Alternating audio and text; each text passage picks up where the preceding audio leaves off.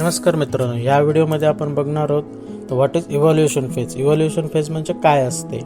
जेव्हा मित्रांनो आपण प्रॉप फॉर्म किंवा फंडेड अकाउंट घेतो तर त्याच्यानुसार जसं मी मला लास्ट व्हिडिओमध्ये सांगितलं होतं ते डायरेक्टली त्यांचा फंड आपल्याला देत नाहीत. तर काही चॅलेंजेस दिलेले असतात. काही याच्यामध्ये 1 स्टेप चॅलेंज असतं किंवा 2 स्टेप चॅलेंज असतं. 1 स्टेप किंवा 2 स्टेप.